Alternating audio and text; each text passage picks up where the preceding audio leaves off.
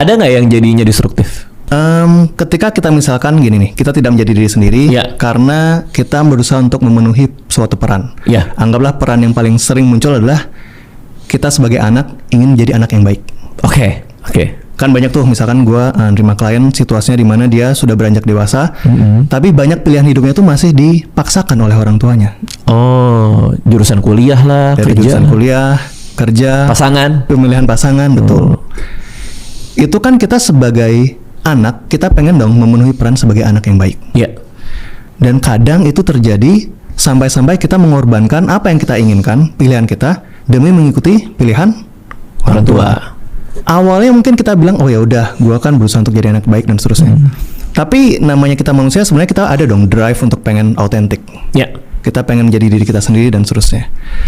Ketika itu tidak muncul, dan ketika jalan yang dipilihkan orang tua ini akhirnya outcome-nya buruk juga buat kita, mulai muncul resentment, kemarahan, kekesalan sama orang tua. Orang tuanya bingung dong. Ya gue kan dulu cuma ngarahin lo ini gitu kan, lo sendiri yang bilang oke, tapi kenapa sekarang lo marah sama gue gitu kan. Itu sering terjadi. Sehingga destruktif tuh artinya dia mulai mungkin merusak hubungan sama orang tua. Nggak mau ngomong lagi, berjarak, pas lebaran nggak pulang gitu kan. Jadi jaraknya pelan-pelan mulai ada. Itu kalau dalam sisi hubungan gitu misalkan. Tapi kadang di satu sisi orang tuanya justru bingung kali. Kok anak gue nggak pernah nelfon gue, kok anak gue nggak pernah ini gitu. Kalau klien datang ke gue, itu gue selalu berusaha untuk melihat dari sudut pandang klien.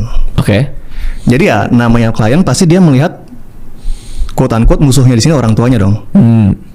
Tapi sebenarnya kalau ternyata gue punya kesempatan ngobrol sama orang tuanya juga bingung gitu loh. Gue kan namanya orang tua cuma pengen yang terbaik buat si anak.